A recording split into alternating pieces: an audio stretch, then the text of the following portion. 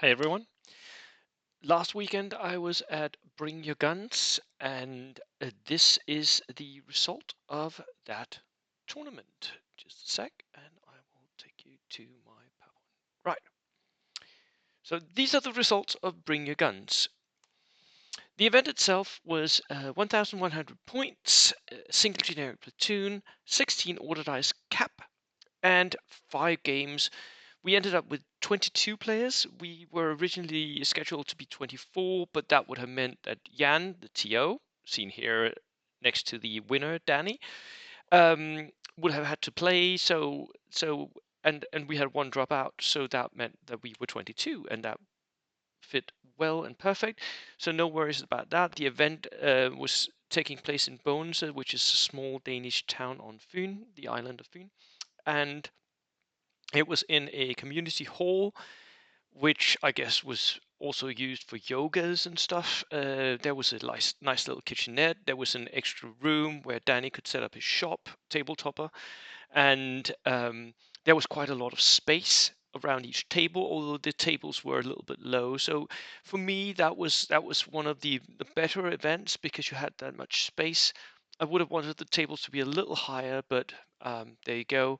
The table quality itself, the terrain was really good. Um, I had brought 2 tables, and Jan had brought 2 tables as well. Danny had brought some tables from Holland, and there was a lot of other guys providing really nice tables. Most of them were very, very good to play on, and there was a huge variety of how they looked and what feel there was to them, how much terrain there was. All of that had a huge variety, which was brilliant as well. So yeah, and there was a lot of the top competitive players in Denmark at the event, along with the Dutch who had come up with their like top players, some of them at least. So it was a not a cutthroat event. Most people felt very relaxed, um, but there was a lot of good players. So my prediction had been that Michael Fie would win with his Polish Lancers, that Michael C with his Soviet forward deployers would come second, and that Danny would take third with his skirmish Americans. I thought that Benny with his Soviet body armor would take fourth, and Anders Olsen with his Gurkhas would take five, and David with his American barbecue would take six. Now that didn't really pan out. Um, Although I was fairly accurate, um, 50% ish, in who would be the top six. So Danny won with his skirmish Americans. Michael Fia came second. Unfortunately, those two didn't play. I would have loved to see that as a top table match.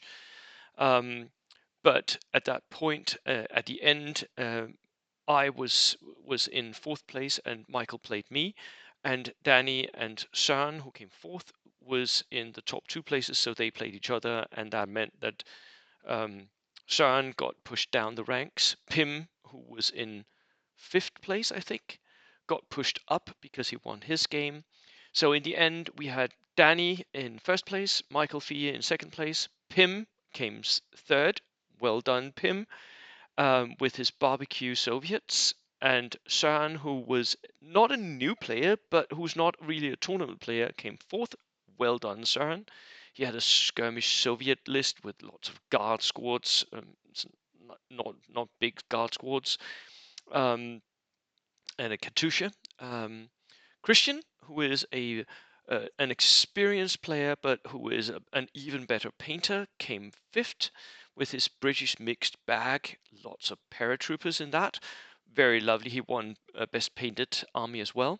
Very lovely looking army. He often does that. Um, and Anders Gaffeld, who is an experienced Danish player, tournament player, top level player. He has been to international tournaments with the team as well.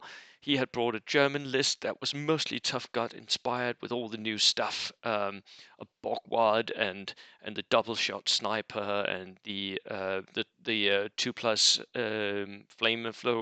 flamethrower guys. So all of that, the new stuff, and he came sixth. Now, I'd also asked you to maybe watch some of the experiments going on here. So what about that? Well, I came seventh with my partisans, so that is top third, which I was happy about. Um, Michael C. with his forward deploying Russians, although he did lose a game on the first day, which meant that he was like, don't care, and basically table flipped. He did claw his way back into a submarine and ended up in 8th place on the second day. Anders Olsen's Gurkhas took 9th place, which was a nice experiment. I'll get back to that. And Benny's Soviet Death Stars came 10th. So all of these I had predicted to be in maybe the like top half or top 6.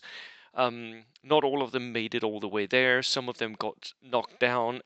Most of them got knocked down because they had faced off against some of the top players, the players who ended up winning.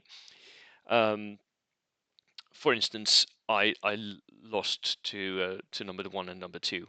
So that's just how it plays out sometimes.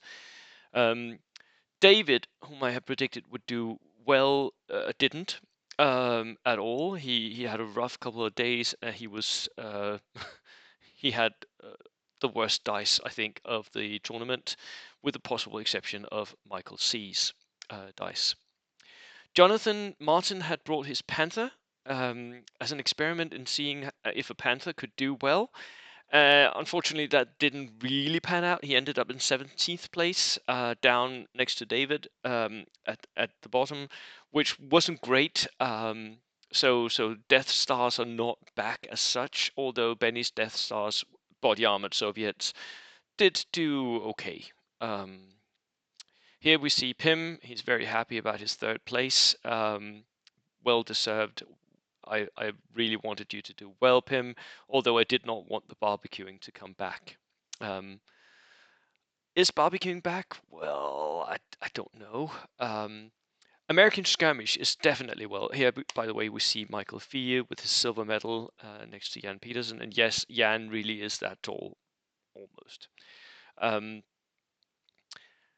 So American Skirmishing is definitely doing well. Danny here won another tournament using his Skirmish Americans. That also has an element of barbecuing. So it has a lot of different tools in the box, and he does well with them. He also showed one thing, and a lot of these top lists, a lot of these top players did actually, was that you didn't need stewards to end up in the top, because Danny had brought a Hellcat. So let me just go back for a sec here. So Danny did not bring a steward. Michael Fee did not bring a steward. Pim, can't remember if he did. He may have. Sean did not bring a steward. Christian, I think no, he didn't. Christian brought a Crusader AA, so not a steward, and Anders Gafford, not a steward. So at least 5 of the 6 top players didn't have a steward. So that is one of the takeaways. You don't need stewards to win. And if we go down to top 8 or 9 or 10, my partisans didn't have a steward, right? So the stewards are not auto wins at all. The top third, there was very few stewards there. I will also take away that there will be surprises. There will be some players who do massively better than expected. Søren, I had not rated as someone who would end up where he did. Well done, Søren. Pim, I had not expected to do as well as he did. He obviously did. David, I expected to do a lot better. So there will be upsets, surprises, and we can analyze why those happen to ad nauseum, because when it comes right down to it, it's down to the individual games. There is an element of luck. There's an element of what list are you matched up against, what table do you have, what terrain do you have, all of that. So that needs to be, that's the grittiness of bold action, right? So is barbecuing back? Well, David didn't do well, and Pim did. So inconclusive, maybe. I will say this, that barbecuing is really good for pushing objectives. and there was a lot of objective missions in this pack. Even the kill points missions had objectives. So I think all of the missions had some sort of objective.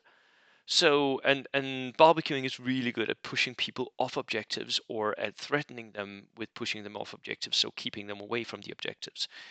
So in that respect, I think there is something to barbecuing.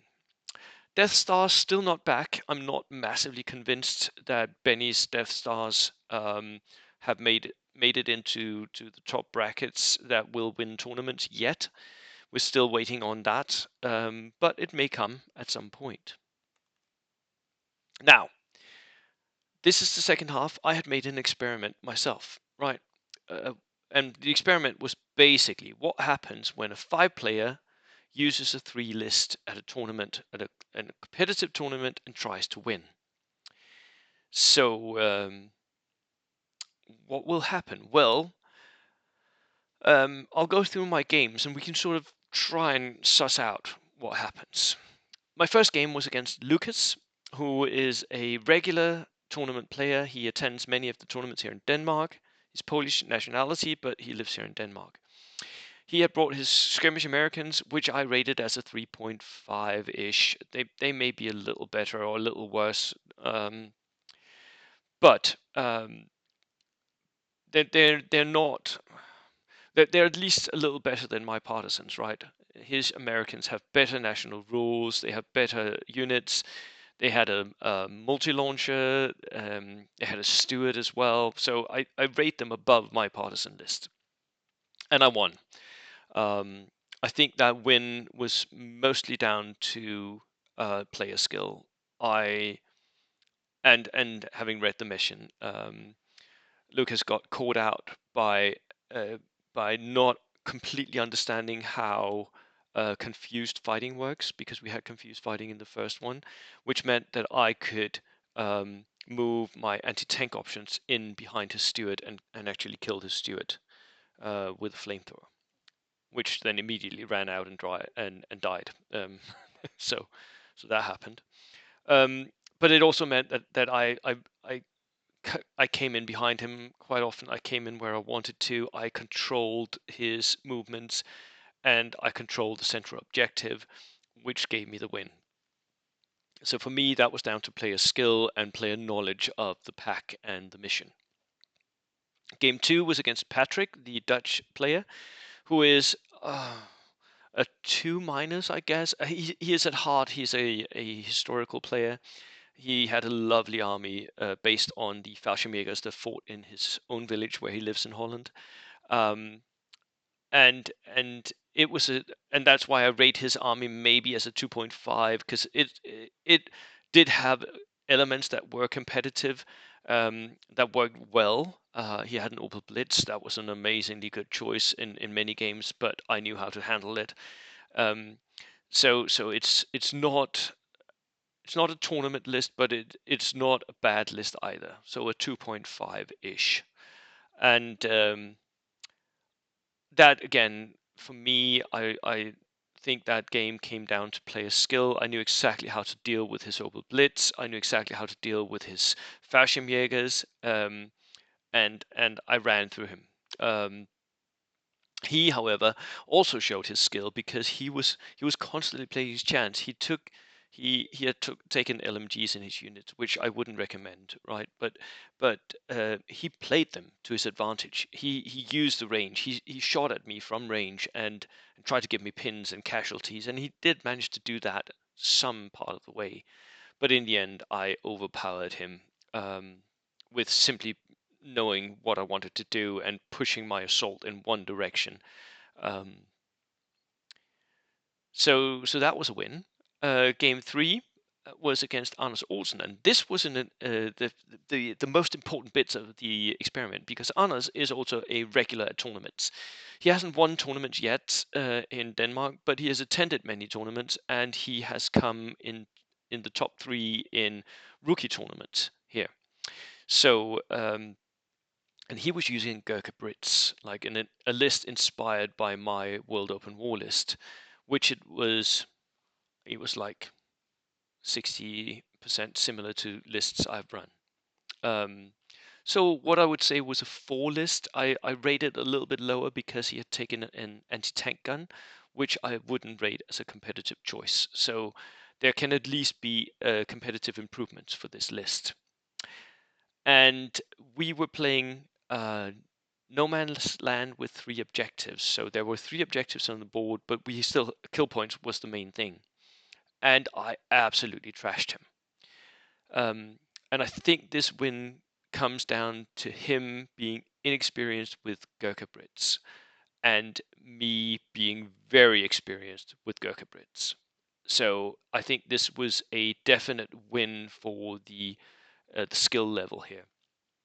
I knew exactly how to deal with him. I knew exactly what I wanted to do. I knew which part of my army that I wanted to engage, which parts of his army, and I knew that I could, with I had cavalry in my partisan units in my partisan platoon. I knew that I could shift focus from one side of the board to the other, which I did. So wherever he showed weakness, I would focus my stuff over there and overpower him there, which I did. So that was a good win. However, on the second day, I then came up in the winners bracket, which was the real test, right? So can a 5-player use a 3 list and win? And I faced off against Danny, who obviously won the tournament, and he gave me my first loss in 2 years of tournament play. So now I'll have to modify my like statement that I haven't lost with Brits in more than 2 years in tournaments. Um, which it was fine. I don't mind the loss. I was doing this tournament as an experiment, um, and this game didn't clearly show me anything because um, like Danny's collected ranking here. Danny is a 4 player. He's a good, strong, competitive player who often wins tournaments, but he's not ranked top 3 in the world. And his American skirmish list was really good, but he did bring a Hellcat, which people are agreeing that it's not the best competitive choice. You take a Steward if you can, right? Um, so a 4 for me. It did have a lot of good moving parts, but the Hellcat, I don't know about that. Um, but that should mean that he was on a combined 8 and I was on a combined 8. So what decided the game? I'll get back to that in a minute. I think it was other factors that decided the game than skill, um, and so it's inconclusive on that one. And then in game 5, I came up against Michael Fee and his Polish Lancers. That was a bad matchup. That was a really bad matchup. I had played against Michael 3 times beforehand. He's my regular go-to training opponent and a good friend, and he beat me every single time. Um, his lancers are just so good at destroying infantry and destroying my regular cavalry dudes that I've I knew in advance I had very little chance of winning that game, which made me careless and made me make a lot of mistakes. But I knew that it was a hard counter to my list. So again, that game is not massively beneficial for the experiment itself because I ran into a hard counter and I knew it was a hard counter. Um, how often do you run into a Polish Lancer list? I know Michael is the only one who plays them regularly here in Denmark. So out of 22 lists, God damn it, I should face him. Ah, that sucks. But let me just talk a little bit again about my game against Danny. We were playing on this board here. So I hope you can see it, that there's a lot of line of sight. There are a lot of hard cover. Yes, there's a lot of cover. There are some line of sight blockers as well. These tall earthenworks for the defensive lines did block line of sight, but there is a lot of line of sight. And what happened was Danny actually prepared for once. He doesn't usually.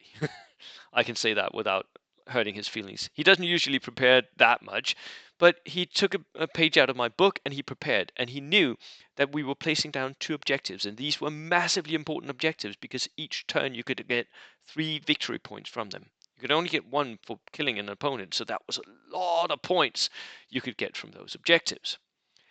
And I had also prepared, and I knew that if I won, I would place the first objective here, which would mean that the second objective would be placed here, where there was line of sight blocking cover next to it, where I had a lot of opportunity to run back and forth with my cavalry, where I could bring up my veterans and my pistoleros, and I could dominate those objectives. So what did Danny do? Well, he placed the first objective right over here next to that little lake, which meant that the second objective was here in the open. Two objectives in the open, and he had BARs and American rifles and skirmish up the Wahoo.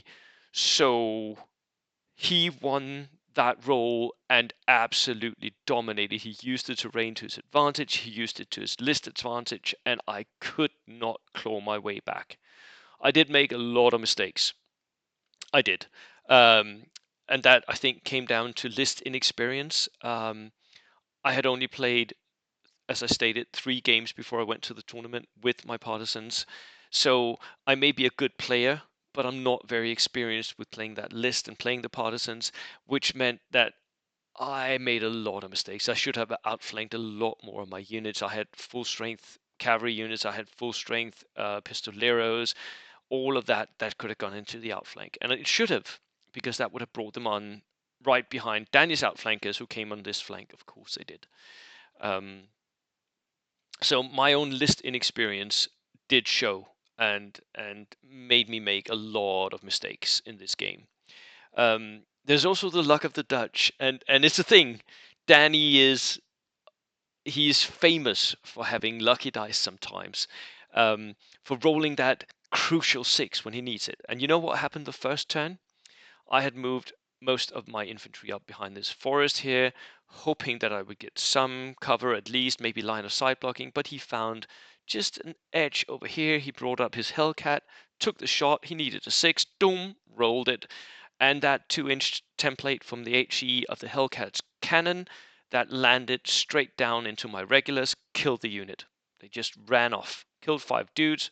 That's half the unit, and then I failed my morale test. Poof, lost one of the units that was supposed to push up there. Um, he did the same on the other flank. He brought up a Dodge with an MMG. He needed 6s, long range, soft cover, moved, and he got those 6s. And my truck with my veterans got pinned, and then he repeated that, pinned me down. So those 6s were coming every time he needed them.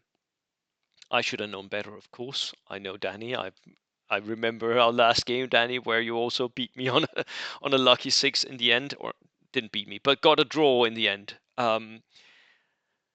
So yeah, so I made mistakes. I also deployed wrong. I should have deployed differently with the infantry behind this forest. I should have made sure that my truck was not in any danger. I had moved the truck up, but I had placed it so that he could get an angle on it. Um, I didn't need to do that. I also placed a sniper right over here, dominating that line here, which was a bad mistake. The sniper should have been in the center, where I could have dominated the 2 objectives. That was a mistake. Maybe I should even have deployed on an objective. So I made a lot of deployment mistakes, and if I was to analyze Danny's playing, he made one major mistake, and that was he didn't know how to play against cavalry, which I guess most people don't. Um, so, which meant that I could use my cavalry to push down his flank. It ended up with me actually charging his Hellcat and killing it in a charge with the cavalry, because he didn't know how to play against it. So that was the only thing that I think punished him a little bit. But my experiment was actually reversed a little bit during this event because, as I stated, Anders Olsen, who is a 3-year player, he's an average tournament player here in Denmark, he brought a 4 list. So what happens when a 3-player brings a 4 list? Can they do well? I am not absolutely sure. of what happened here. But I asked Anders to give me a lot of feedback, and he did. He's very good at reviewing what he's done. He writes huge reflections, schematics for me, like a little bit of feedback on each of his games and all of that. He really wants feedback from his opponents as well, which is really that's the way you win, right? That's the way you become better. And he faced off against Jan C, who is maybe an average tournament player, who's been to World Open War with the second Danish team and usually does okay, has a lot of close games, but doesn't win a lot of top level games. He had brought a German army that was maybe a 3, had a lot of experimentation going on, and Anders beat that army, hands down. Then he played against Simon, who is one of the newer players here in Denmark who has done well in some tournament settings. So Simon is a 3 player, I would guess. He's coming from being a noob to being a regular um, standard tournament player, maybe aiming to get into the top brackets. He had brought Finns, which was nice to see. It was a really good Finnish list, which had a surprising amount of armor in it. So maybe an average, but tending towards strong. A 3.5, maybe a 4 finish list, and Anders beat that. Um, so I'm guessing that that is down to player skill and just the the units here was a little bit better. I think the list may have won him this game. Um, then he faced off against me with my partisans, and I absolutely trashed him. As I said, I think, and Anders thinks as well that he made mistakes because of his inexperience with the army. Could he do better? I hope so. We will at least repeat the experiment, him and I. We will fight more games with my partisans and his Brits, not changing the lists, or maybe, yeah, maybe we'll change the list up a little bit. Try to see if he can bring a 5 list and I can improve my partisan list a little bit as well. And then we will fight the game again and see what happens, because it's a really interesting experiment for me. Game 4, he faced off against Benny, who is an experienced tournament player who often comes top 5, who has been to the WTC many times, who's been on the Danish national team many times, and he had brought a slightly different Soviet list with his Death Stars, so that was for me a 3.5. It's an experiment. Death Stars, even Soviet body armor Death Stars, doesn't usually win games. And he didn't bring like engineers body armor. He brought like huge units of veterans, SMGs body armor. Um, and Benny beat him. So here I think we can again see that experience beats list. That's player skill beats lists. Both my game against Anders and Benny's game against Anders is a massively more experienced player who maybe has a worse list but beat him, right? Then he faced off against Jonathan Martin with his Germans. Jonathan is a regular at tournaments. He knows his stuff. He is a hobbyist, a painter, and he is also a competitive player. So he's a mix. For this event, he had brought his Germans, which was not an optimized. It's not a tournament list. It was a Panther list, so a Death Star, but it did have a lot of good elements still. Um, he was trying to see if he could bring a Panther and make it work. Basically, he couldn't. That was obvious. He didn't. The Panther didn't do massively well, although it was awesome to see. And he did do well in some games where he could park it on an objective. Um, I think he had so much fun playing that Panther. It was an amazing model. Um, but here the Anders won the game. Although I will note that the Germans actually killed more of Anders's army than Anders killed of the German army. So, and that is maybe down to the Panther. The Panther can survive anything, right? So Death Star army can be difficult to kill, but you will typically win on objectives and other stuff. So the experiment here, how did it all pan out? What can we learn from it? Well, not much yet, but we have the first few indications of what happens when you have a difference in list and skill. And I think we can see that a list can benefit an average player a little bit. But you can also see that when facing off against a better player, they won't win because of the list. Um, we need more data for this. So if anyone here knows of any similar experiments, please let me know. I'm really interested in hearing more of this. It would be awesome to get more info on this topic of player skill versus list. What is more important in determining the outcome of games? And here I'm, of course, disregarding terrain and mission and luck of the dice, all of that. Um, push that to one side right now. Which I'm trying to isolate player skill and list, knowing that that is impossible. You never know. With enough data, we might get a sort of ish answer on that. Right, that was it from me today. Thank you all for tuning in, and thank you all for attending book. And yeah, I'll see you in the next video. Cheers.